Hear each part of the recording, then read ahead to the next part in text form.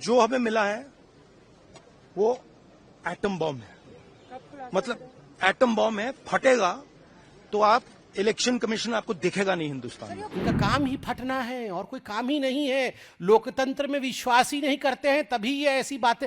ये कैसी भाषा है आप सोचिए। भाषा में ही अलोकतांत्रिक अमर्यादा है। भाषा ही दिखाता है कि ये लोग फटना चाहते हैं। देश में किसी भी संवैधानिक संस्थान के ऊपर एटम बम नहीं फटना चाहिए। अगर वो एटम बम फोड़ेंगे तो हम संविधान को बचाएंगे। राहुल गांधी जी ने अभी इलेक्शन कमीशन को बोला है कि बम फटेगा, वो एटम बम की तरह फट जाएंगे। आपको क्या लगता है? और इनका काम ही फटना है। इनका काम ही फटना है और कोई काम ही नहीं है। लोकतंत्र में विश्वास ही नहीं करते हैं, तभी ये ऐसी बातें। ये कैसी भाषा है आप सोचिए। हम इलेक्शन कमीशन के ऊपर एटम बम की तरफ फट जाएंगे। अरे ये कैसी भाषा है भैया।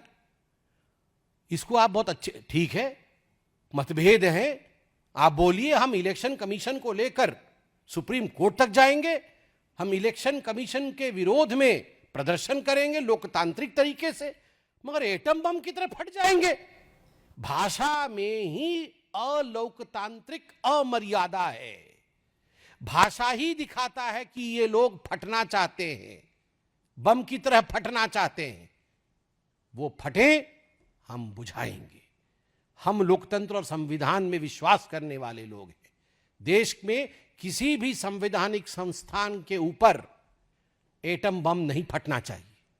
अगर वो एटम बम फोड़ेंगे तो हम संविधान को बचाएंगे।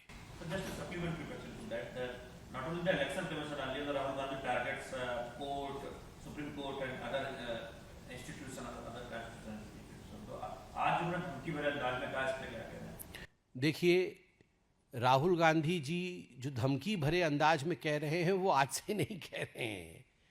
वो धमकी भरे अंदाज में आरंभ से ही कह रहे हैं। याद करिए, आप और हम तो जनता हैं। उन्होंने तो किसी को नहीं छोड़ा है जी। उन्होंने आर्मी चीफ को सड़क का गुंडा कह दिया है।